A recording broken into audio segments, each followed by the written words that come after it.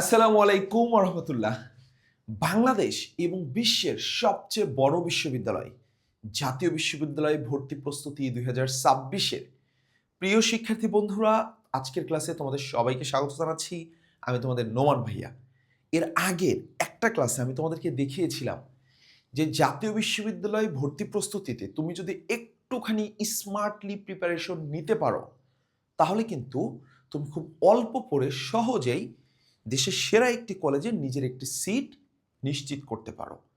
আমরা গত বছরের যেই প্রশ্নটি হয়েছিল জাতীয় বিশ্ববিদ্যালয়ে, সেই প্রশ্নটি গত ক্লাসে অ্যানালাইসিস করেছিলাম।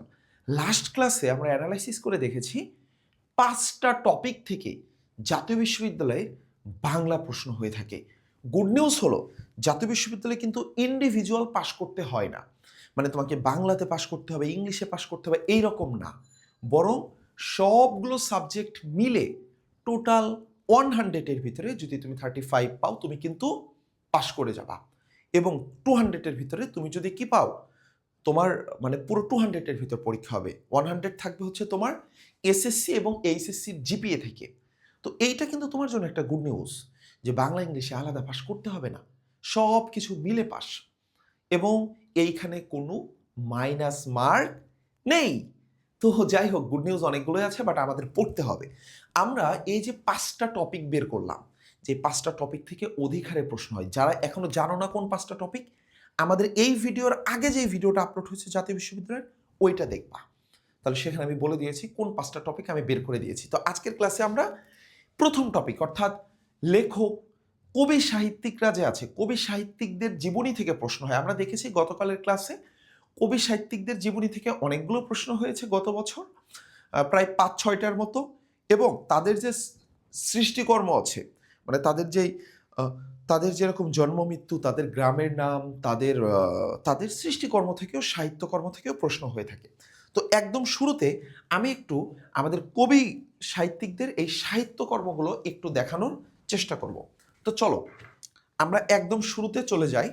আমি তোমাদেরকে বলি যে এইচএসসি 25 ব্যাচ যে আসো, তোমাদের কি পুরো বইয়ের সব লেখক কবিদের কথা জানতে হবে? নো, তোমার 6টা গল্প আছে, এই 6টা গল্পের গল্প লেখকেরটা পড়লেই হবে। আর 7টা কবিতা আছে। এখন দেখবে এই 7টা কবিতার ভিতরে 7 জন না 5 জন। কেন? কারণ 2 জনের অলরেডি লেখা তুমি গল্পে পড়ে ফেলছো। রবীন্দ্রনাথের অপরিচিতা, আবার ওইদিকে আছে সোনার তরী। সোনার তরী কবিতা, অপরিচিতা গল্প। নজরুলের আছে বিদ্রোহী কবিতা, আবার আমার পথ প্রবন্ধ। তাহলে এই 4টা মিলে কিন্তু 2 জন লেখক। তো এইভাবে তোমাকে আমি জাস্ট যেই 11টা লেখকের জীবনী পড়িয়ে দেবো। আমি ক্লাসটা খুবই শর্ট করব ভাইয়া, আমি আজকের ক্লাসটা খুবই সংক্ষেপে শেষ করব, বাট মূল পাঠটুকু বোঝানোর চেষ্টা করব। বাংলার জন্য আমি তোমাদের টোটাল 7টা ক্লাস নেব। কয়টা ক্লাস নেবেন ভাইয়া? সময় আছে কয়দিন? মাত্র কয়েকদিন, কিন্তু ভাইয়া তোমাকে রেগুলার ক্লাস দেব। আমি মাত্র 2টো ক্লাস দিতে চেয়েছিলাম, বাট তোমাদের এত আগ্রহ দেখে আমি খুব খুশি হয়েছি যে আমি ওই পাইকারি দরে 2টো ক্লাস না দিয়ে স্টুডেন্টদেরকে বুঝিয়ে বুঝিয়ে ছোট ছোট ক্লাস দিয়ে তাদেরকে আমি মূল ভাবটা বুঝিয়ে দিই। এই জন্য আমি সিদ্ধান্ত নিয়েছি একাধিক ক্লাস নেব।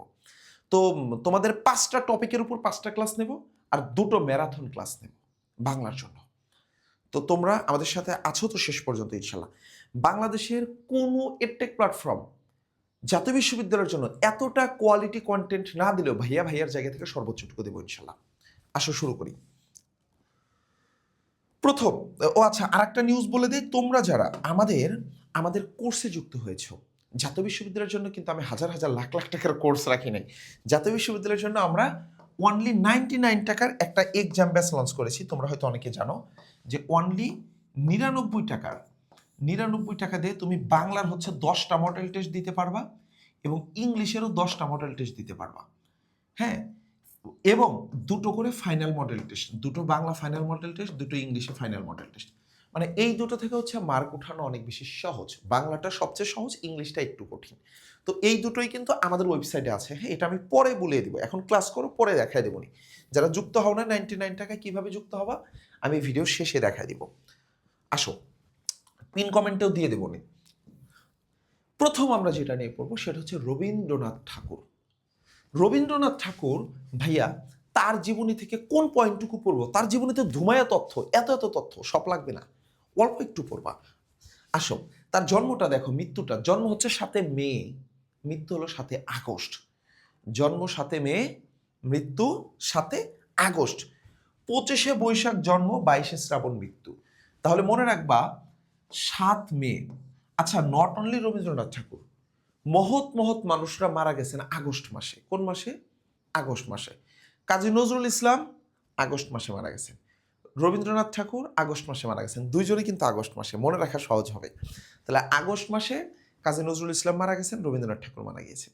রবীন্দ্রনাথ ঠাকুর সম্পর্কে আমরা কতটুকু জানবো বলো তো পরীক্ষার জন্য? অল্প একটু। রবীন্দ্রনাথ ঠাকুরের কয়েকটা উপন্যাস জানবো। প্রথম কত বছর বয়সে সে বনফুলটা প্রকাশ করেন, মানে তার যে সাহিত্যকর্মগুলো আছে ভাইয়া, সেগুলো একটু জানার চেষ্টা করব। আসো অল্প অল্প করে, এবং তার উপাধিগুলো একটু দেখব। তার সম্পর্কে গুরুত্বপূর্ণ 3-4টা তথ্য পড়লেই হয়ে যাবে। নাম্বার 1 কি পড়বা ভাইয়া? জন্ম। জন্ম তো পারবাই, 7 মে 1861। আচ্ছা শোনো, ইংরেজি যা, তার সাথে 7 যোগ করলেই বাংলা হয়। তাহলে 1800 যদি 61 হয়, 1200 কত হবে? 68। এটাই তো। ওকে, তাহলে 1900 যদি 41 হয়, তাহলে 1300 কত হবে? 1300 1300 কত হবে? 1941 হলে 1347 হয় না? আচ্ছা আসো, 48 হয়, তাই তো? আসো, 48 হয়। রবীন্দ্রনাথ ঠাকুরের জন্মস্থান কোথায়? কলকাতার জোড়াসাঁকোর ঠাকুর পরিবারে। কলকাতার জোড়াসাঁকোর ঠাকুর পরিবারে। এই কবি সাহিত্যিকদের জীবনীর তথ্যগুলো একটু কঠিন লাগতে পারে ভাই, তারিখ তো মনে রাখতে পারি না, প্যারা নাই, বাদ। যা মনে রাখতে পারো তাই মনোযোগ দিয়ে পড়ো। 1-2টা মনে রাখতে না পারলে একটু কষ্ট করলেই পারবা। উপাধি কি ভাইয়া? বিশ্বকবি। রবীন্দ্রনাথ ঠাকুরের ছোট গল্প থেকে প্রশ্ন হয়। রবীন্দ্রনাথ ঠাকুর বাংলা সাহিত্যের ছোট গল্পের জনক। বাংলা সাহিত্যের ছোট গল্পের জনককে? রবীন্দ্রনাথ ঠাকুর। এই ছোট গল্পের শ্রেষ্ঠ শিল্পী বলা হয় তাকে, শ্রেষ্ঠ শিল্পী বলা হয় রবীন্দ্রনাথ ঠাকুরকে। রবীন্দ্রনাথ ঠাকুর তার জীবনের অধিকাংশ ছোট গল্প কোথায় রচনা করছেন? এই আমাদের বাংলাদেশের কুষ্টিয়ার শিলাইদহে। কুষ্টিয়ার শিলাইদহে। তাহলে বলো, এই ছোট গল্প থেকে এই 5টা তথ্য পড়লেই হয়ে যাবে। ছোট গল্প থেকে 5টা তথ্য পড়বা। নাম্বার 1, ছোট গল্পের জনককে, শ্রেষ্ঠ শিল্পীকে? বলবা রবীন্দ্রনাথ ঠাকুর। কি হবে ভাইয়া? রবীন্দ্রনাথ ঠাকুর। প্রথম ছোট গল্প কোনটি? ভিখারিনী। প্রথম ছোট গল্প কোনটা? ভিখারিনী। শেষ ছোট গল্প কোনটা? মুসলমানির গল্প। হ্যাঁ, শেষ ছোট গল্প কোনটি রে? দুষ্টামি করব না। শেষ ছোট গল্প হচ্ছে কেটে দেওয়ার গল্প। বুঝেছ? আসো, তারপরে অন্যান্য গল্প গ্রন্থ, এগুলো লাগবে না। হ্যাঁ, এটা বাদ। এটা ভাইয়া স্লাইড থেকে কেটে দিচ্ছে। এই পিডিএফটা কিন্তু আমি দিয়ে দেবো তোমাদেরকে। এই পিডিএফটা এখন ক্লাসটা নেওয়ার সাথে সাথে আমাদের টেলিগ্রাম চ্যানেলে দিয়ে দিব। তোমরা যারা যারা টেলিগ্রাম চ্যানেলে যুক্ত আছো তারা পেয়ে যাবা। গল্পগুচ্ছ। দীর্ঘ 64 বছরে তিনি 95টি ছোট গল্প লিখছে। তাহলে ভাইয়া এই পেজে কি পড়াচ্ছে আমি এক লাইনে তোমাদের শিখিয়ে দেবো। 95টি ছোট গল্প লিখছে। তাহলে আসো তো, ছোট গল্প থেকে আর কি কি দিব তোমাকে? Enough enough enough enough. তাহলে ছোট গল্প থেকে 4টা তথ্য মনে রাখো। ছোট গল্প থেকে 4টা তথ্য মনে রাখো। শ্রেষ্ঠ শিল্পী। শ্রেষ্ঠ শিল্পী। শ্রেষ্ঠ শিল্পী কে ভাইয়া? বলো। ছোট গল্পের শ্রেষ্ঠ শিল্পী কে? ছোট গল্পের শ্রেষ্ঠ, এটা কিন্তু শ্রেষ্ঠ হবে, এটা ট হয় জানে, ঠ। শ্রেষ্ঠ শিল্পী রবীন্দ্রনাথ ঠাকুর। প্রথম কোনটা লিখছে ভাইয়া? প্রথম ছোট গল্পের নাম কি? ভিখারিনী। এই যে লিখে দিলাম। এই ভিখারিনী হচ্ছে প্রথম ছোট গল্প।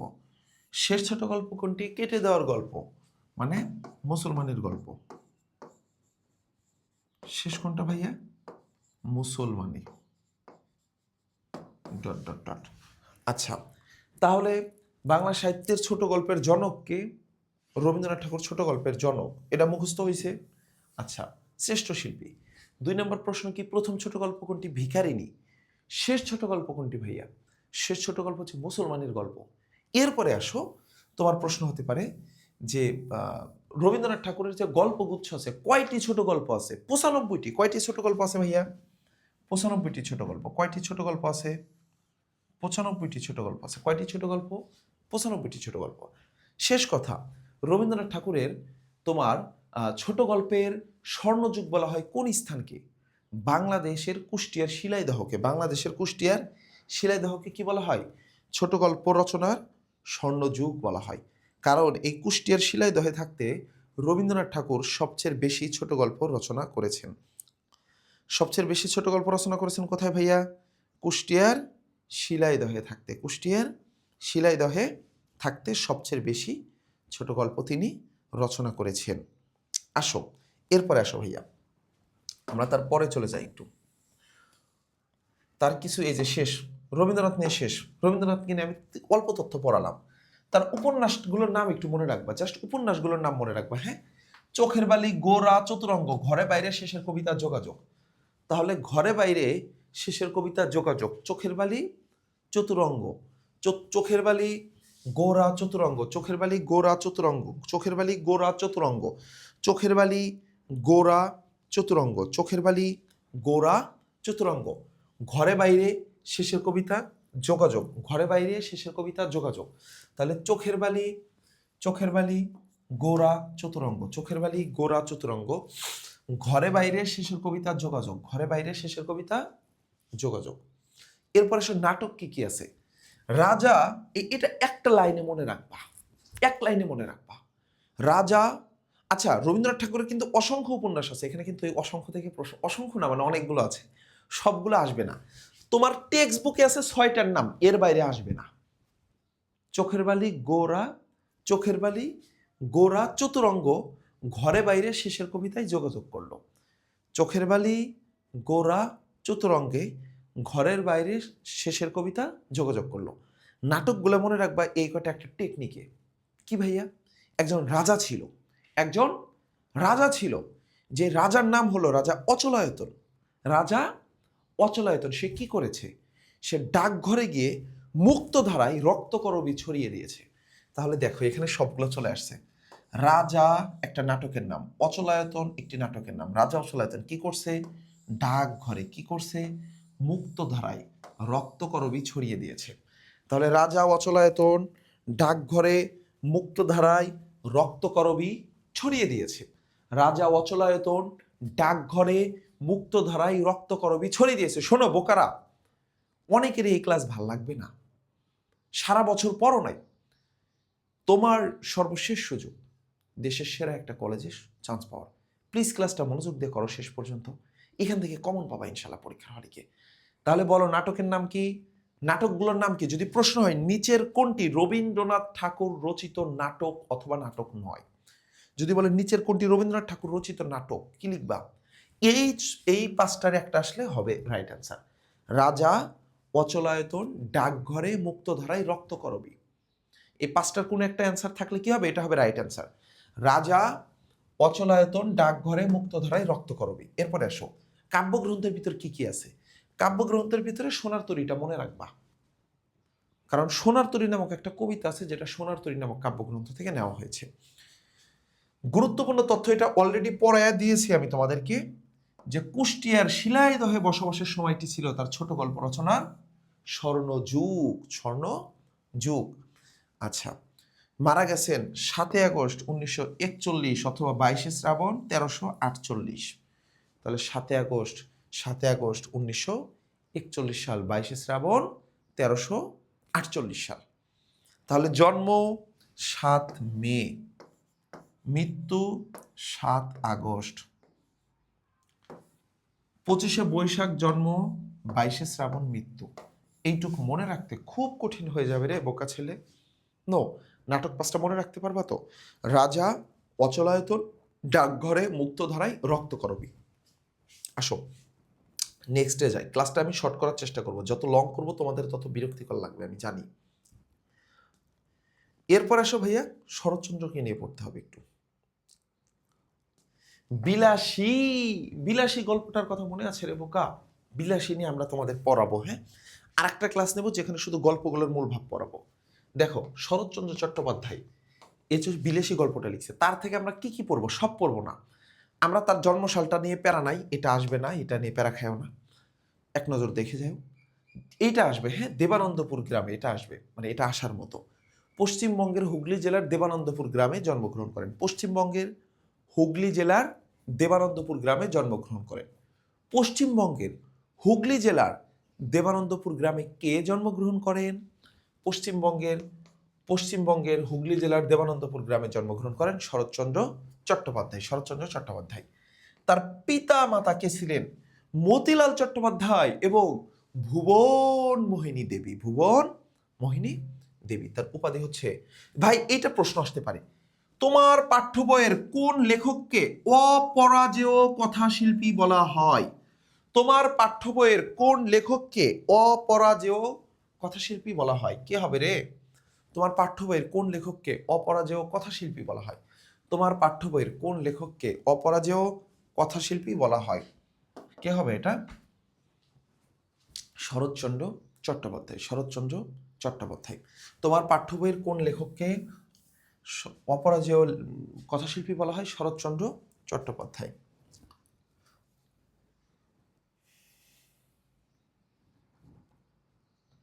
জীবন সংগ্রাম ও অভিজ্ঞতা।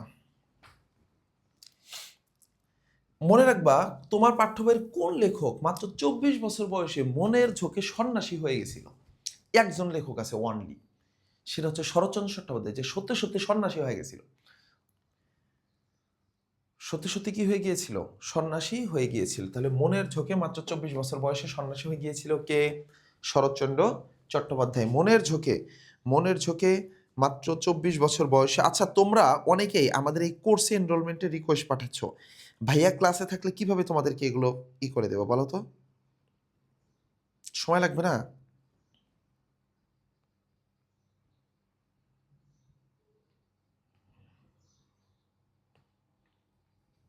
বলো, এই যে আমি একটু দিয়ে দিচ্ছি তোমাদেরকে।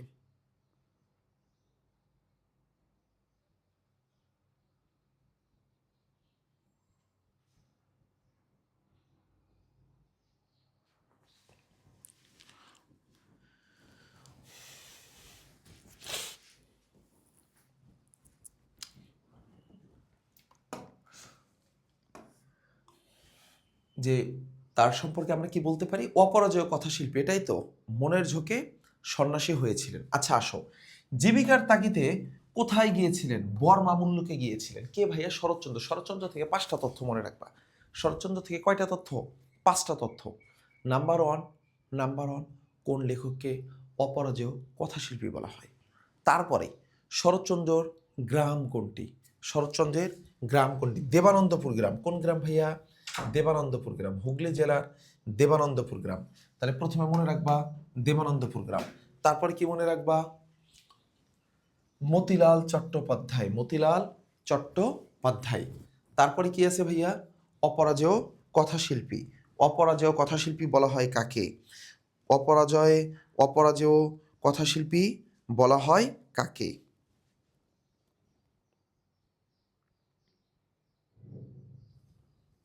অপরাজেয় কথাশিল্পী বলা হয় কাকে?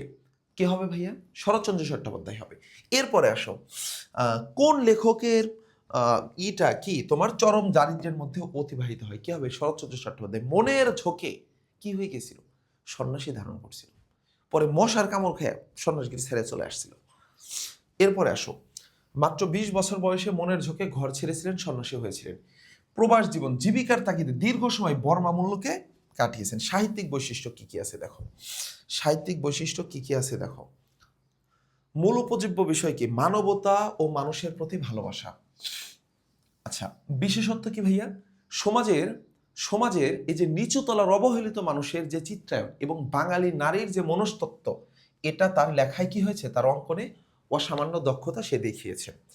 জনপ্রিয়তা, বাংলা সাহিত্যের সবচেয়ে জনপ্রিয় ঔপন্যাসিক হলেন ইনি। বাংলা সাহিত্যের সবচেয়ে জনপ্রিয় ঔপন্যাসিক। উল্লেখযোগ্য সাহিত্যকর্মের ভিতর কি কি আছে দেখো। প্রথম মুদ্রিত রচনা হলো মন্দির। প্রথম মুদ্রিত রচনা কি ভাইয়া? মন্দির। তাহলে বলো, শরৎচন্দ্র ভাই, এইটা এটা এটা প্রশ্ন হওয়ার মতো একটা টপিক। এই লাইনটা কেউ ভুলিও না, হ্যাঁ? শরৎচন্দ্র কোন লেখাটির জন্য কুন্তলীন পুরস্কার পেয়েছিল? কিসের জন্য? তার লেখা মন্দির গল্পের জন্য। তার লেখা মন্দির গল্পের জন্য কুন্তলীন পুরস্কার পেয়েছিল। শরৎচন্দ্র কোন লেখাটির জন্য কুন্তলীন পুরস্কার পেয়েছিল? কুন্তলীন পুরস্কার এইটা, এই মন্দির গল্পটির জন্য কুন্তলীন পুরস্কার পেয়েছিল। কুন্তলীন পুরস্কার পেয়েছিল। বিখ্যাত উপন্যাস, যেমন এই যে দেবদাস, তোমরা দেবদাস শুনছো? আহা, দেবদাস, সেই দেবদাসটা কি? তার লেখা। পল্লী সমাজ তার লেখা, চরিত্রহীন তার লেখা, শ্রীকান্ত গৃহদাহ দেনা পাওনা। তাহলে এই কয়টা জাস্ট মনে রাখবা। তার বিখ্যাত উপন্যাস কি ভাইয়া? বিখ্যাত উপন্যাস দেবদাস, পল্লী সমাজ, চরিত্রহীন, শ্রীকান্ত গৃহদাহ দেনা পাওনা। একটু পড়ে নিবা, তার থেকে আর কিছু পড়াবো না আমি। তার মৃত্যুটা দেখবা, আর সম্মানসূচক ডিরেক্ট ডিগ্রি, এটা নিয়ে তো প্যারা নাই। জাস্ট এইটুকু মনে রাখো যে কুন্তলেন পুরস্কার পেয়েছিল মন্দির লেখার জন্য, এটা বেশি ইম্পর্টেন্ট। 5টা তথ্য বলি ভাইয়া, প্রথম থেকে শোনো, মনোযোগ দিয়ে শোনো। শরৎচন্দ্রের 5টা তথ্য গুরুত্বপূর্ণ। নাম্বার 1, জন্মগ্রহণ করেন পশ্চিমবঙ্গের হুগলি জেলার দেবানন্দপুর গ্রামে। কোন গ্রামে? দেবানন্দপুর গ্রামে। 2 নম্বরে কি মনে রাখবা ভাইয়া? শরৎচন্দ্র বাবার নাম কি?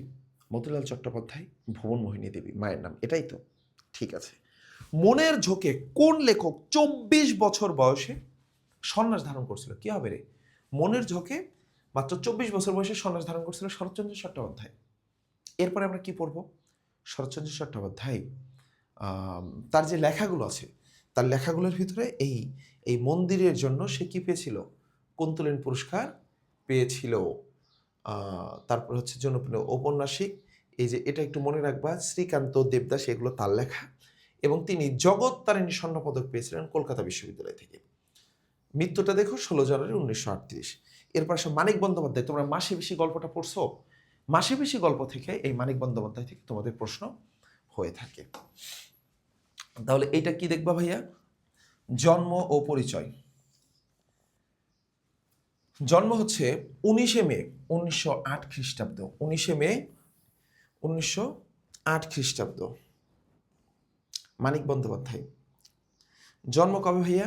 19শে মে 1908 খ্রিস্টাব্দ। মনে রাখবা, সাঁওতাল পরগনার দুমকাতে সে জন্মগ্রহণ করেন, বিহারের সাঁওতাল দমকায়। তাহলে বিহারের সাঁওতাল পরগনায় কে জন্মগ্রহণ করেন? মানিক বন্দ্যোপাধ্যায়। বিহারের সাঁওতাল পরগনায়, বিহারের সাঁওতাল পরগনায় কে জন্মগ্রহণ করেছেন? মানিক বন্দ্যোপাধ্যায়। মানিক বন্দ্যোপাধ্যায় সম্পর্কে 5টা তথ্য পড়বো। কয়টা তথ্য? 5টা তথ্য। নাম্বার 1 আসো। নাম্বার 1 আসো, যে অতসী মামি ভাই, এটা পড়ে আমি কেঁদে দিছি। আহা, বাঁশি তো জীবনে অনেক শুনিয়েছি, তবে আমার নগেন মামার মতো বাঁশি এ দুনিয়ায় আর কেউ বাজাতে পারে না। এই নগেন মামার বইয়ের নাম হচ্ছে অতসী। সেই অতসী মামি হচ্ছে তার বোনের মতো। এটা একটা বানানো গল্প, বন্ধুদের সাথে বাজি ধরে লিখছিল অতসী মামি। কাদের সাথে? বন্ধুদের সাথে বাজি ধরে লেখা অতসী মামি গল্পটা তাকে কে এনে দিছে? এই গল্পটা হচ্ছে তার জীবনের বিখ্যাত একটা গল্প। এটা বন্ধুদের সাথে বাজি ধরে লিখছিল, বাট এই গল্পটা ছিল সেরা একটা গল্প। তাহলে বলো তো, মানিক বন্দ্যোপাধ্যায় কোন গল্পটি তার বন্ধুদের সাথে বাজি ধরে লিখছিল? কি হবে রে? অতসী মামি। অতসী মামি বন্ধুদের সাথে বাজি ধরে মাত্র 20 বছর বয়সে এটা লিখছিল। মাত্র 20 বছর বয়সে বন্ধুদের সাথে বাজি ধরে লিখছিল। মাত্র 48 বছর বেঁচে ছিলেন। তার আসল নাম হচ্ছে প্রবোধ কুমার বন্দ্যোপাধ্যায়। আসল নাম কি ভাইয়া? প্রবোধ কুমার বন্দ্যোপাধ্যায়। প্রবোধ কুমার বন্দ্যোপাধ্যায় তার আসল নাম। তার পৈতৃক নিবাস ঢাকার বিক্রমপুর। তার ডাক নাম হচ্ছে মানিক, হ্যাঁ, মানিক বন্দ্যোপাধ্যায়, কিন্তু তার আসল নাম হচ্ছে প্রবোধ কুমার বন্দ্যোপাধ্যায়। প্রবোধ কুমার বন্দ্যোপাধ্যায় পড়াই দিলাম কিন্তু। তাহলে নাম্বার 1 তথ্য কি ছিল? প্রবোধ কুমার বন্দ্যোপাধ্যায়। আসল বাড়ি কোথায়? ঢাকার বিক্রমপুর। বন্ধুদের সাথে বাজি ধরে কি লিখছিল? অতসী মামি লিখছিল। তারপর এই যে তার বিখ্যাত উপন্যাসগুলো থেকে প্রশ্ন হয়, কারণ এগুলো সব বিখ্যাত উপন্যাস। হ্যাঁ, যেমন জননী, দিবারাত্রির কাব্য, পদ্মা নদীর মাঝি, পুতুল নাচের ইতিকথা। 4টা মনে রাখবা। দিবারাত্রির কাব্য, পদ্মা নদীর মাঝি, পুতুল নাচের ইতিকথা, আর হচ্ছে কি জননী। তাহলে জননী আর পদ্মা নদীর মাঝি, এই দুটা ভুলবা না। পদ্মা নদীর মাঝি নিয়ে চলচ্চিত্র বানানো আছে, এটা অনেক বিখ্যাত।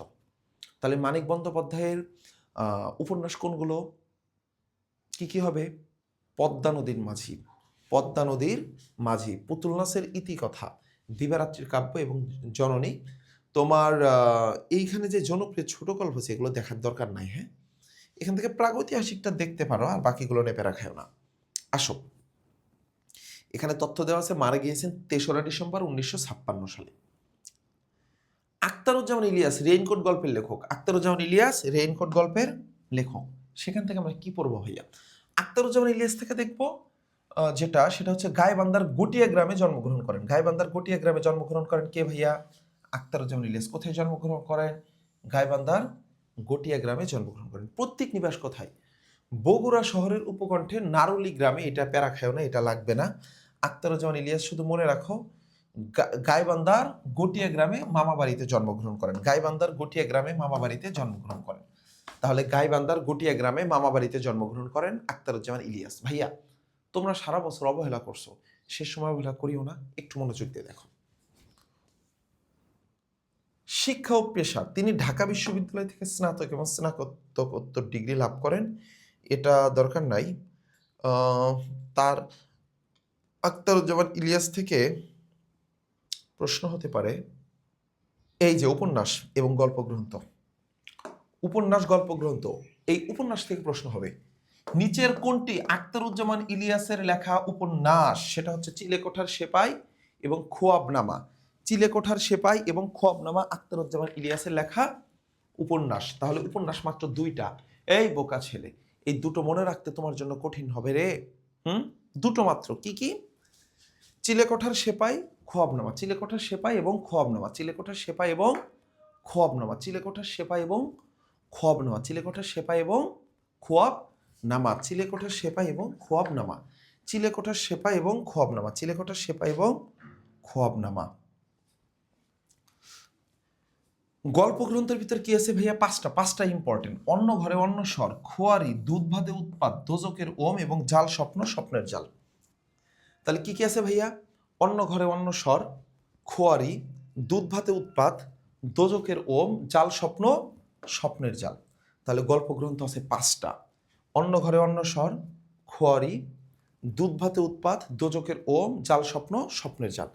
এরপরে আসো ভাইয়া, এই দুটোই পড়ে ফেলো। হ্যাঁ, উপন্যাস পড়ো, চিলেকোঠার সেপাই আর খোয়াবনামা, আর এই পাঁচটা গল্প গ্রন্থ পড়ে ফেলো।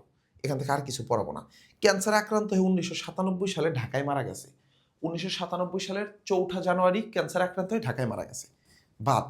তারপরে আসো আবুল ফজল। হ্যাঁ, মানব কল্যাণ পড়ছো? মানব কল্যাণ, মানব কল্যাণের যে লেখক আবুল ফজল, তার থেকে কি প্রশ্ন হতে পারে ভাইয়া? তার থেকে প্রশ্ন হতে পারে, আবুল ফজল জন্মগ্রহণ করছেন চট্টগ্রামের সাতকানিয়ায়। চট্টগ্রামের সাতকানিয়ায়। তারপরে তার থেকে প্রশ্ন হতে পারে যে তিনি হচ্ছে চট্টগ্রাম বিশ্ববিদ্যালয়ের উপাচার্য এবং রাষ্ট্রপতির উপদেষ্টা হিসেবে দায়িত্ব পালন করেছেন। সাহিত্যিক পরিচয় আদর্শ যদি আমি যাই, এইটা ইম্পর্টেন্ট। তোমার পাঠ্য বইয়ের কোন লেখক ছাত্র জীবনে এই বুদ্ধির মুক্তি আন্দোলনে যুক্ত হন? কোন লেখক? আবুল ফজল বুদ্ধির মুক্তি আন্দোলনে যুক্ত হন। কে যুক্ত হন? আবুল ফজল বুদ্ধির মুক্তি আন্দোলনে যুক্ত হন। কে? আবুল ফজল। মৌলিকত্ব, কথা সাহিত্যিক হিসেবে পরিচিত হলেও তিনি মূলত ছিলেন একজন চিন্তাশীল প্রাবন্ধিক। তার সাহিত্যে আধুনিক অসাম্প্রদায়িক জীবনবোধের মানবতা ফুটে উঠেছে। এটা দরকার নাই, জাস্ট এইটুকু মনে রাখো। বুদ্ধির মুক্তি আন্দোলন ইকুয়াল আবুল ফজল। বুদ্ধির মুক্তি আন্দোলনে কে যুক্ত হয়েছিলেন? আবুল ফজল যুক্ত হয়েছিলেন। কোথায় যুক্ত হয়েছিলেন ভাইয়া? বুদ্ধির মুক্তি আন্দোলনে যুক্ত হয়েছিলেন। উল্লেখযোগ্য সাহিত্য কর্মের ভিতরে যে চৌচির, রাঙা প্রভাত, এই দুটো মনে রাখবা। চৌচির, রাঙা প্রভাত উপন্যাস কার লেখা? আবুল ফজলের। যদি বলে যে চৌচির উপন্যাসটি কার লেখা? আবুল ফজলের লেখা। রাঙা প্রভাত উপন্যাসটি কার লেখা? কি বলবা? আবুল ফজলের লেখা। নিচের কোনটি আবুল ফজলের লেখা? চৌচির অথবা রাঙা প্রভাত। এরপর এসো গল্প গ্রন্থ, মাটির পৃথিবী, মৃত্যের আত্মহত্যা। তারপরে ভাইয়া এখানে প্রবন্ধ গ্রন্থ আছে। তার মৃত্যুটা এবং পুরস্কারটা দেখে নিবা। মৃত্যুবরণ করেন 4 মে 1983 সাল। এবার আসো আমার পথ যিনি লিখেছেন, আমাদের সবার প্রিয় কাজী নজরুল ইসলাম। আমি তোমাদেরকে কতগুলো ক্লাসে কাজী নজরুলকে নিয়ে পড়াইছি, পড়াইতে পড়াইতে এটা তোমার হাফেজ হয়ে গেছে। কাজী নজরুল জন্মগ্রহণ করেন কবে ভাইয়া? কোথায়? এই পশ্চিমবঙ্গের বর্ধমান জেলার আসানসোল মহকুমার এই চুরুলিয়া গ্রামে। কোন গ্রামে ভাইয়া? চুরুলিয়া গ্রামে জন্মগ্রহণ করেন। এটা তোমরা সবাই জানো। আচ্ছা, তোমরা তোমার লেখা, তোমার পাঠ্য বইয়ের কোন কবি বা কোন সাহিত্যিক বা কোন লেখক, কোন প্রাবন্ধিক বিশ্বযুদ্ধে অংশগ্রহণ করছিলেন? বলো তো, সবাই অ্যান্সারটা লিখবা। তোমার পাঠ্য বইয়ের কোন লেখক বিশ্বযুদ্ধে অংশগ্রহণ করেছিলেন? কে হবে রে বোকা ছেলে? কাজী নজরুল ইসলাম বিশ্বযুদ্ধে অংশগ্রহণ করেছিলেন। কোন বিশ্বযুদ্ধে ভাইয়া? প্রথম বিশ্বযুদ্ধে। কোন বিশ্বযুদ্ধে? প্রথম বিশ্বযুদ্ধে। কত সালে? 1917 সালে। কত নাম্বার পল্টনে? 49 নাম্বার বাঙালি পল্টনে। কত নাম্বার বাঙালি পল্টনে রে বোকা? কি হবে? 49 নাম্বার বাঙালি পল্টনে। কে যোগদান করেছিলেন? কাজী নজরুল ইসলাম। কোথায় গিয়ে? পাকিস্তানের কোথায় গিয়ে? লাহোরে গিয়ে। আচ্ছা, এরপরে আসো যে তার উপাধি কি? বিদ্রোহী কবি, বাংলাদেশের জাতীয় কবি, তাই তো? আচ্ছা, তিনি তিনি তিনি কি করেছিলেন? মসজিদের ইমামতি করেছেন এবং তিনি লেটোর দলে যোগদান করে কোন গান রচনা করতেন? তোমরা তো জানো যে উনি লেটোর দলে যোগদান করেছিলেন। কি গান রচনা করতেন? মনে রাখবা, তিনি পালা গান রচনা করেন। লেটোর দলে যোগদান করেছিলেন কেন? তিনি পালা গান রচনা করতেন, তিনি কিন্তু গান গাইতো না, তিনি গান লিখে দিত। গীতিকার ছিল। হ্যাঁ, গীতিকার বলেন, এটাকে কি যেন বলে, যারা হচ্ছে গান লিখে দেয় আর কি, সে হচ্ছে গান লিখে দিত। এই যে এই তথ্যটা ইম্পর্টেন্ট। 1917 সালে সেনাবাহিনীর বাঙালি পল্টনে যোগদান করেন। তার উল্লেখযোগ্য যে উপন্যাসগুলো আছে একটু দেখবা, বাঁধনহারা, মৃত্যুক্ষুধা, কোহেলিকা। বাঁধনহারা, মৃত্যুক্ষুধা, কোহেলিকা, এটা দেখবা। তার গল্প গ্রন্থের ভিতর আছে ব্যথার দান, রিক্তের বেদন, শিউলিমালা। আচ্ছা, আমাদের জন্য এই মানে বিশ্ববিদ্যালয় ভর্তি পরীক্ষার জন্য ইম্পর্টেন্ট কয়টা জানো? ইম্পর্টেন্ট হচ্ছে এই 3টা তথ্য বেশি ইম্পর্টেন্ট। 43 বছর বয়সে তিনি দুরারোগ্য ব্যাধিতে আক্রান্ত হয়ে নির্বাক হয়ে যান। তাহলে লেখক কত বছর বয়সে দুরারোগ্য ব্যাধিতে আক্রান্ত হয়ে নির্বাক হয়ে যান? মাত্র 43 বছর বয়সে দুরারোগ্য ব্যাধিতে আক্রান্ত হয়ে নির্বাক হয়ে যান। স্বাধীনতার পর বঙ্গবন্ধু শেখ মুজিবুর রহমানের উদ্যোগে তাকে বাংলাদেশের নাগরিকত্ব ও জাতীয় কবির মর্যাদা দিয়ে বাংলাদেশের সসম্মানে নিয়ে আসা হয়। তাকে কোথায় কবর দেওয়া হয়েছে? ঢাকা বিশ্ববিদ্যালয়ের কেন্দ্রীয় মসজিদের পাশে তাকে রাষ্ট্রীয় মর্যাদায় কবর দেওয়া হয়েছে। মৃত্যুবরণ করেন কবে? 29 আগস্ট 1976। তাহলে এই তথ্য কয়টা অ্যাডমিশন টেস্টের জন্য অনেক ইম্পর্টেন্ট, যে কাজী নজরুল ইসলাম কত বছর বয়সে দুরারোগ্য ব্যাধিতে আক্রান্ত হন? ভাইয়া 43 বছর বয়সে দুরারোগ্য ব্যাধিতে আক্রান্ত হয়ে যান। কত বছর বয়সে? 43 বছর বয়সে দুরারোগ্য ব্যাধিতে আক্রান্ত হন। আচ্ছা, এরপরে আরো কিছু তথ্য আছে। দেখো, আবার রবীন্দ্রনাথ ঠাকুর আসতেছে। কেন? এবার হচ্ছে আবার কবিতা অংশটা আসতেছে। রবীন্দ্রনাথ ঠাকুর অলরেডি পড়াইছি। এই শিটটা, এই পিডিএফটা আমি তোমাদেরকে পিডিএফটা দিয়ে দিব, তোমরা প্রত্যেককে এই পিডিএফটা থেকে পড়ে ফেলবা। ওকে, প্রত্যেককে এই পিডিএফটা থেকে পড়ে ফেলবা ইনশাল্লাহ। আমি না বাকি অংশটুকু আর পড়াচ্ছি না, আমি প্রথম কয়েকজন লেখকেরটা পড়াই দিলাম, কিন্তু আমি পুরো স্লাইডটা দিয়ে দিব। পুরো স্লাইডে কিন্তু 11 জন লেখকেরই জীবনী দেওয়া আছে। তোমরা 11 জন লেখকেরই জীবনী, আচ্ছা আমি পড়াই দিব আর 10 মিনিট পড়াই, হ্যাঁ, তোমরা বিরক্ত হন। আচ্ছা, তার আগে একটা গুড নিউজ দেখায় দেই, যে তোমাদের অনেক ফ্রেন্ডরা অলরেডি এইটাতে যুক্ত হয়ে গেছে। কোনটাতে ভাইয়া? আমি যদি একটু তোমাদেরকে দেখায় দেই, তোমরা জাস্ট ফোনে যাবা, গিয়ে ওখানে টাইপ করবা সহায়ক.edu.com। হ্যাঁ, এটা লিখবা। কি লিখবা ভাইয়া? সহায়ক.edu.com লিখলেই ফার্স্টে এটা পাবা, এই যে জাতীয় বিশ্ববিদ্যালয় ভর্তি প্রস্তুতি। এটা আমরা গতকাল রাত্রে লঞ্চ করছি। অলরেডি আমাদের সাথে প্রায় 239 জন তোমাদের ক্লাসমেট যুক্ত হয়ে গেছে। এখানে আমরা মূলত কি করব ভাইয়া? এখানে আমরা এটা হচ্ছে অনলি 99 টাকায়, মাত্র 99 টাকায় তুমি আমাদের সাথে যুক্ত হয়ে যেতে পারবা। কিভাবে যুক্ত হব ওইটা আমি নিচে দিয়ে দিচ্ছি। তোমরা এই যে এখানে দেওয়া আছে, তুমি এখানে বাংলার জন্য 10টা মডেল টেস্ট দিতে পারবা, বাংলার জন্য 10টা মডেল টেস্ট দিবা, এবং ইংলিশের জন্য 10টা মডেল টেস্ট তুমি এখানে দিতে পারবা। এবং এইখানে আমি ভাবতেছি যে প্রিভিয়াস ইয়ারের প্রশ্নগুলো এখানে অ্যাড করে দেবো। হ্যাঁ, তো এইটা যদি তুমি এই কোর্সটাতে যদি তুমি এনরোল করো ভাইয়া, তাহলে কি ঘটবে? এখান থেকে জাস্ট এখনই ভর্তি হতে যাও, তাহলে তোমাকে বলবে যে আপনি লগ ইন করেন। তো তোমার তো লগ ইন করা নাই, আমার এখানে লগ ইন করা নাই, এই জন্য এখানে একটা জিমেল থাকলে অটোমেটেড লগ ইন হয়ে যায়। তো তুমি জাস্ট প্রথমেই কিন্তু লগ ইন করে নিবা। আচ্ছা, কিভাবে ভর্তি হতে হবে ভাইয়া?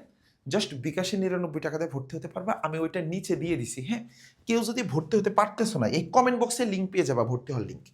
যদি না পাও তাহলে এই নাম্বারটাতে মেসেজ দিবা যে আমি জাতীয় বিশ্ববিদ্যালয় কোর্সে ভর্তি হতে চাই। কি করবা? 0181473320 এই নাম্বারটাতে জাস্ট টেক্সট করবা হোয়াটসঅ্যাপে যে আমি জাতীয় বিশ্ববিদ্যালয়ের 99 টাকার কোর্সে যুক্ত হতে চাই। এখানে শুধু বাংলা এবং ইংলিশের উপরে তুমি 10টা করে মডেল টেস্ট, 2টো করে ফাইনাল মডেল টেস্ট দিতে পারবা ইনশাল্লাহ। এবং এইটা তোমাকে অনেক হেল্প করবে। আর আমরা তো তোমাদেরকে ফ্রিতে ক্লাস দিচ্ছি, ফ্রিতে তোমাদের সব পিডিএফ দিচ্ছি। এই যে এই পিডিএফটা, যারা আমাদের কোর্সে ভর্তি হও নাই, বলতো ভাইয়া আমার অর্থনৈতিক সমস্যা, কোনো সমস্যা নাই ভাইয়া, তোমাদেরকে ফ্রিতেই পড়াই দেবো ইনশাল্লাহ। ওকে, আসো। যাদের ফিনান্সিয়াল ক্রাইসিস আছে, ভাইয়া এখন 99 টাকাতে ভর্তি হওয়ার সুযোগ নাই, কোনো সমস্যা নাই ভাইয়া, ফ্রিতে তোমাদের পড়াইয়া দিচ্ছি। জাস্ট এক্সাম ব্যাস মডেল টেস্টগুলো ওইখানে সিরিয়াস বিষয়, ওইখানে তোমাদের থেকে আমরা 99 টাকা নিচ্ছি। আসো, তাহলে আমরা যদি তোমাদেরকে এগুলো একটু পড়ায় দেই। হ্যাঁ, এই যে অলরেডি রবীন্দ্রনাথ ঠাকুরকে নিয়ে পড়াইছি, রবীন্দ্রনাথ ঠাকুরকে নিয়ে একটু এই তথ্যটা বলে দেই, নোবেল প্রাইজটা পাওয়া নেই। হ্যাঁ, কত সালে নোবেল প্রাইজ পান ভাইয়া? 1913 সালে নোবেল প্রাইজ পান। প্রথম এশীয় হিসেবে নোবেল প্রাইজ পান। কিসের জন্য পান ভাইয়া? এই সং অফারিংস, হ্যাঁ, গীতাঞ্জলি এবং অন্যান্য কাব্যের স্ব-অনুদিত, মানে সে নিজেই ইংরেজিতে অনুবাদ করছে কি? Song offerings. তাহলে নোবেল প্রাইজ পেয়েছেন কিসের জন্য? সং অফারিংসের জন্য। গীতাঞ্জলি কাব্যগ্রন্থ কত সালে? 1913 সালে। আচ্ছা, তারপরে এখানে কিছু ব্যাপার আছে। কলকাতার জোড়াসাঁকোর ঠাকুর পরিবারে জন্মগ্রহণ করেন। তার এই তথ্যগুলো অলরেডি একবার পড়ায় ফেলছি তোমাদের। তার প্রথম ছোট গল্প হচ্ছে 16 বছর বয়সে ভিখারিনী, এবং সর্বশেষ ছোট গল্প হচ্ছে মুসলমানির গল্প। আচ্ছা, মর্যাদা হচ্ছে বাংলা সাহিত্যের প্রথম সার্থক ছোট গল্প রচয়িতা, শ্রেষ্ঠ শিল্পী বলা হয়ে থাকে। এখানে কিছু তথ্য আছে। এইটা এটা এটা হচ্ছে মোস্ট ইম্পর্টেন্ট, হ্যাঁ। বিখ্যাত কাব্য বনফুল মাত্র 15 বছর বয়সে প্রকাশিত প্রথম কাব্য। 15 বছর বয়সে কোনটা প্রকাশ করছে? বনফুলটা প্রকাশ করছে। এখানে অনেকগুলো কথা আছে, এগুলো তোমরা দেখে নিবে। এটার ভাইয়া পড়াবো না। মোতাহার হোসেন চৌধুরী থেকে একটু দেখায় দেয় ভাইয়া। সেটা হচ্ছে মোতাহার হোসেন চৌধুরী জন্মগ্রহণ করেছেন কোথায়? নোয়াখালী জেলার কাঞ্চনপুর গ্রামে। নোয়াখালী জেলার কাঞ্চনপুর গ্রামে। তিনি কর্মজীবনে চট্টগ্রাম কলেজে বাংলা ভাষার অধ্যাপক ছিলেন। চট্টগ্রাম কলেজের বাংলা ভাষার অধ্যাপক ছিলেন। তিনি ঢাকা থেকে প্রকাশিত শিখা পত্রিকার সাথে যুক্ত ছিলেন, বুদ্ধির মুক্তি আন্দোলনের সাথে যুক্ত ছিলেন। তাহলে তোমাদের পাঠ্য বইয়ের দুজন লেখক আছে যারা বুদ্ধির মুক্তি আন্দোলনের সাথে যুক্ত ছিলেন। একজন হচ্ছে ওই আবুল ফজল, মানব কল্যাণ লিখছেন যিনি, আবুল ফজল, আর একজন হচ্ছে মোতাহির হোসেন চৌধুরী। আচ্ছা, এই যে তার বিখ্যাত প্রবন্ধ গ্রন্থ হচ্ছে সংস্কৃত কথা অনুবাদ গ্রন্থ আছে, সেগুলো আমি এখানে লিখে দিয়েছি ভাইয়া। ভর্তি পরীক্ষার জন্য গুরুত্বপূর্ণ কোনগুলো? মোতাহার হোসেন চৌধুরীর গদ্যে প্রমোদ চৌধুরীর একটা প্রভাব লক্ষ্য করা যায়, তাহলে তোমরা দেখবা। সুফিয়া কামাল, হ্যাঁ, সুফিয়া কামাল হচ্ছে তোমাদের জন্য কি লিখছে? কবিতা লিখছে, তাহারেই পরে মনে ভুলিতে পারি না কোনো মতে। এই যে তাহারেই পরে মনে কবিতাটা লিখছে, কে লিখছে? সুফিয়া কামাল। সেই সুফিয়া কামাল থেকে দেখবা কি দেখবা, কোন লেখককে জননী সাহসিকা উপাধি দেওয়া হয়েছে? কাকে ভাইয়া? সুফিয়া কামালকে কি উপাধি দেওয়া হয়েছে? জননী সাহসিকা। জননী সাহসিকা উপাধিটা সুফিয়া কামালকে দেওয়া হয়েছে। তারপরে দেখবা জীবন ও সংগ্রাম। তৎকালীন রক্ষণশীল পরিবেশে প্রাতিষ্ঠানিক শিক্ষার সুযোগ না পেলেও তিনি স্বশিক্ষায় শিক্ষিত হন। তার অবদান দেখবা, তিনি হচ্ছে নারী আন্দোলনের পথিকৃৎ ছিলেন। তার কাব্যগ্রন্থগুলো খুব ইম্পর্টেন্ট। কাব্যগ্রন্থ থেকে প্রচুর প্রশ্ন হয়। সাঝের মায়া, মায়া কাজল এবং কিয়ার কাটা, উদাত্ত পৃথিবী, এই চারটা ইম্পর্টেন্ট। তাহলে এগুলো হচ্ছে সুফিয়া কামালের লেখা কাব্যগ্রন্থ। তাহলে এগুলো যদি পড়ো ইনশাল্লাহ এটা তোমাকে অনেক বেশি এখান থেকে কমন পাওয়ার সম্ভাবনা আছে। তাহলে এরপরে আসো ভাইয়া, আমরা সুফিয়া কামালের পরে যেটাতে যাব, শামসুর রহমান। শামসুর রহমান থেকে কি কি পড়বো ভাইয়া? আমি তো সব দিয়েই দিয়েছি। নরসিংদীর পাহাড়তলিতে তিনি জন্মগ্রহণ করেন। কোথায় জন্মগ্রহণ করেন? নরসিংদী জেলার পাহাড়তলি গ্রামে। আমি কিন্তু এই স্লাইডটা টেলিগ্রাম চ্যানেলে দিয়ে দিছি। সবাই টেলিগ্রাম থেকে চ্যানেলটা, আল্লাহর হস্তে এটা সাদা কালো দিয়েছি, প্রিন্ট করে নিবা, প্রিন্ট করে নিবা, প্রিন্ট করে বারে বারে রিভিশন করবা। ইনশাল্লাহ এখান থেকে তুমি সর্বোচ্চ কমন পাবা। প্রত্যেককে এটা খুব সুন্দরভাবে ভদ্র ছেলের মতো এটা তোমরা প্রিন্ট করে নেবে ইনশাল্লাহ। এরপরে আসো ভাইয়া, মূল সুর কি? তার কবিতার সমকালীন রাজনীতি, নাগরিক জীবনের যন্ত্রণা, একাকিত্ব, মধ্যবিত্তের জীবনবোধ, এগুলো প্রখরভাবে ফুটে উঠেছে। তারপরে তার মৃত্যু কবে ভাইয়া? 17 আগস্ট 2006 সালে তিনি ঢাকায় মৃত্যুবরণ করেন। আচ্ছা, এই যে আসাদের ষাট, আসাদের ষাটটা কার লেখা? তারপর প্রথম গান দ্বিতীয় মৃত্যুর আগে, এটা কার কাব্যগ্রন্থ? শামসুর রহমানের। প্রথম গান দ্বিতীয় মৃত্যুর আগে, শামসুর রহমানের লেখা কাব্যগ্রন্থ। বিখ্যাত কাব্যগ্রন্থগুলো দেখবা, রৌদ্র করটিতে, বিধ্বস্ত নীলিমা, নিরালোকে দিব্যরথ, বন্দি শিবির থেকে ফিরিয়ে নেওয়া ঘাতক কাটা, এগুলো পড়ে ফেলবা। এরপরে আসো ভাইয়া, তোমাকে দেখাই সুকান্ত ভট্টাচার্য। ভাইয়া খুবই গুরুত্বপূর্ণ। 18 বছর বয়স যে কবিতাটা আছে, এই কবিতাটা সুকান্ত ভট্টাচার্যের লেখা। তাহলে এই কবিতাটার ভিতরে এই যে ওনাকে বলা হয় কিশোর কবি, তাহলে সুকান্তকে কি বলা হয় ভাইয়া? সুকান্তকে বলা হয় কিশোর কবি বলা হয়। তারপরে যদি দেখো সম্পাদকীয় জীবনে, যে তিনি দৈনিক স্বাধীনতা পত্রিকাটার কিশোর সভা অংশের প্রতিষ্ঠাতা ছিলেন, সুকান্ত ভট্টাচার্যকে কিশোর কবি বলা হয়। মাত্র 21 বছর বয়সে মারা গেছেন কোন লেখক বলতো? সুকান্ত ভট্টাচার্য। আচ্ছা, বিখ্যাত কাব্যগ্রন্থের নাম হলো ছাড়পত্র। বিখ্যাত কাব্যগ্রন্থের নাম কি? ছাড়পত্র। 18 বছর বয়স কই থেকে নেওয়া হয়েছে? ছাড়পত্র থেকে নেওয়া হয়েছে। তিনি তিনি তিনি আকাল, আকাল হচ্ছে তার জীবিত অবস্থায় একমাত্র প্রকাশিত কাব্যগ্রন্থ, যেটা সে নিজে লেখে নাই, বরং এটা থেকে প্রশ্ন হতে পারে বোকারা, এটা খুব গুরুত্বপূর্ণ, এটা খুব গুরুত্বপূর্ণ ভাইয়া, যেগুলো দেখালাম প্রত্যেকটা গুরুত্বপূর্ণ। সম্পাদনা, ফ্যাসিবাদ বিরোধী লেখক শিল্পী সংঘের সঙ্গে এই আকাল নামক একটি কাব্যগ্রন্থ তিনি সম্পাদনা করেছিলেন। 21 বছর বয়সে এই লেখক মারা যান। আচ্ছা, এরপরে তার এই যে কোটালীপাড়া যে তার পৈতৃক নিবাস, এটাও একটু তোমরা পড়বা। এরপরে যদি আসো সর্বশেষ যেই লেখক, সেটা হচ্ছে আমি কিংবদন্তির কথা বলছি, এই কবিতাটা যিনি লিখেছিলেন সেটা হচ্ছে আবু জাফর ওবায়দুল্লাহ। তাহলে আবু জাফর ওবায়দুল্লাহর জীবনী থেকে কি পড়বা ভাইয়া? আবু জাফর ওবায়দুল্লাহর জীবনী থেকে তার গ্রামের নাম পড়বা। তিনি বরিশাল জেলার বাবুগঞ্জ উপজেলার এই বহেরচর ক্ষুদ্র কাঠি গ্রামে জন্মগ্রহণ করেন। কোন গ্রামে ভাইয়া? ক্ষুদ্র কাঠি গ্রামে জন্মগ্রহণ করেন। আচ্ছা, তোমার পাঠ্য বইয়ের কোন লেখক একজন মন্ত্রী ছিলেন? তিনি মন্ত্রীও হয়েছিলেন। এই যে প্রাণী সম্পদ মন্ত্রী হয়েছিলেন 1982 সালে বাংলাদেশ সরকারের কৃষি এবং প্রাণী সম্পদ মন্ত্রী। তাহলে কয়টা মন্ত্রণালয় পেয়েছিলেন? দুটো মন্ত্রণালয়, কৃষি মন্ত্রণালয় এবং প্রাণী সম্পদ মন্ত্রণালয়ের দায়িত্বে ছিলেন। এবং তিনি কিন্তু বাংলাদেশের সচিবও ছিলেন, বাংলাদেশের রাষ্ট্রদূতও ছিলেন। তাহলে বলো, তোমার পাঠ্য বইয়ের কোন লেখক বাংলাদেশের সচিব ছিল, তিনি বাংলাদেশের রাষ্ট্রদূত ছিল, বাংলাদেশের মন্ত্রীও হয়েছিল? কে? আবু জাফর ওবায়দুল্লাহ। মনে রাখতে পারবা তো? আসো, এরপরে তার তার জাস্ট কয়েকটা লেখার নাম মনে রাখবা ভাইয়া। তার বিখ্যাত লেখা হচ্ছে যে কাব্যগ্রন্থগুলো মনে রাখবা। বৃষ্টি ও সাহসী পুরুষের জন্য প্রার্থনা, খুব গুরুত্বপূর্ণ পরীক্ষায় আসার মতো। আমি কিংবদন্তির কথা বলছি, বৃষ্টি ও সাহসী পুরুষের জন্য প্রার্থনা। তারপর হচ্ছে কখনো রোম কখনো সুর, কমলের চোখ, এটা ইম্পর্টেন্ট না, বাট এই যে আমি কিংবদন্তির কথা বলছি, বৃষ্টি ও সাহসী পুরুষের জন্য প্রার্থনা, আমার সময়, এগুলো একটু বেশি ইম্পর্টেন্ট। এগুলো পড়ো। যে মৃত্যুবরণ করেছেন 19 মার্চ 2001 সালে। তাহলে আমি খুবই শর্টকাটে তোমার সিলেবাসে যতগুলো গল্প কবিতা আছে সবগুলো কবির জীবনী আমি তোমাকে পড়িয়ে দিলাম। তো তোমরা প্রত্যেককে যদি এগুলো প্র্যাকটিস করো, ইনশাল্লাহ সর্বোচ্চ একটা রেজাল্ট তুমি সিকিউর করতে পারবা। আর আমাদের যে মডেল টেস্টটা, এটা শুরু হচ্ছে আগামীকাল থেকে। মানে আমরা 11 তারিখ থেকে আমাদের মডেল টেস্টটা শুরু করতেছি। আমরা আগামী 10 দিন ব্যাপী প্রতিদিন একটা বাংলা মডেল টেস্ট, একটা ইংলিশ মডেল টেস্ট আমরা তোমাদের জন্য নেব। এবং তোমাদের এই মডেল টেস্টে যারা যুক্ত থাকবে প্রত্যেককে পুরো ম্যাটেরিয়ালস পেয়ে যাওয়া। হোয়াটসঅ্যাপে আমরা তোমাদেরকে এগুলোর জন্য ম্যাটেরিয়ালসও দিয়ে দিব। তো যে মানে প্রতিদিন একটা টার্গেট দিয়ে দিব এই আগামী 10 দিন, আজকে এতটুকু কমপ্লিট করো, এতটুকুর পর আগামীকাল পরীক্ষা হবে। তো আমরা 10 দিনের এই টার্গেটটা যদি ফিল আপ করতে পারি, যেমন আজকে বলে দিচ্ছি আগামীকাল যে মডেল টেস্ট 1টা হবে, হ্যাঁ, এই যে আমরা তোমাদেরকে দেখাই দিলাম না তোমাদের মডেল টেস্ট হবে, আগামীকাল যে মডেল টেস্ট 1টা অনুষ্ঠিত হবে ইংলিশের, সেটা হবে হচ্ছে কবি সাহিত্যিকদের জীবনী এবং কর্ম ইয়ের উপর, হ্যাঁ। তো যারা যারা যুক্ত হওনি এখনো, তোমরা ঝটপট মাত্র 99 টাকায় যুক্ত হয়ে যাও। এবং আগামীকাল থেকে কেউ যদি একদিন পরেও যুক্ত হও, প্যারা নাই, তোমার এখন 99 টাকা নাই, একদিন পরে যুক্ত হয়, একদিন পরেও পরীক্ষা দিতে পারবা। পরীক্ষা ওয়েবসাইটে থাকবে এবং ইনস্ট্যান্ট রেজাল্ট পেয়ে যাবা। তো আরও কিছু জানার থাকলে আমাদের জানাবা। ইনশাল্লাহ আমরা 5টা ক্লাস করবো বাংলা প্রথম পত্রের, 5টা করবো টার্গেট বেস ক্লাস, এরপরে 2টো করবো রিভিশন ক্লাস। এই 7টা ক্লাস যদি তুমি করো আমার সাথে, আজকে নিচে লিখবা যে ভাইয়া ইনশাল্লাহ 7টা ক্লাস করবো। কোর্সে ভর্তি হও বা না হও, ভর্তি হওয়ার দরকার নাই, তোমার টাকা না থাকলে ভর্তি হও, কিন্তু তুমি 7টা ক্লাস আমার সাথে করবা ইনশাল্লাহ ফ্রিতে। এবং প্রত্যেকটা ক্লাসের স্লাইডে তুমি ফ্রিতে পেয়ে যাবা। এটা যদি করো, আমি তোমাকে বলতে পারি যে বাংলায় তুমি সর্বোচ্চ একটা নাম্বার সিকিউর করতে পারবা। এর পরবর্তী ক্লাসে আমরা কি পড়াবো? পরবর্তী ক্লাসে আমরা গল্প কবিতার মূল ভাব পড়াবো। তারপরের ক্লাসে আমরা আবার ব্যাকরণে চলে যাব, আমরা বানান নিয়ে পড়াবো, গ্রামারের কিছু টপিক পড়াবো। এভাবে আমরা তোমাদের সবগুলো কমপ্লিট করবো। তোমরা ইংলিশ ক্লাস চাও কিনা এবং জিকে ক্লাস চাও কিনা সেটাও কমেন্ট বক্সে জানাবা। দেখা হচ্ছে পরবর্তী ক্লাসে। আল্লাহ হাফেজ, আসসালামু আলাইকুম রহমতুল্লাহ।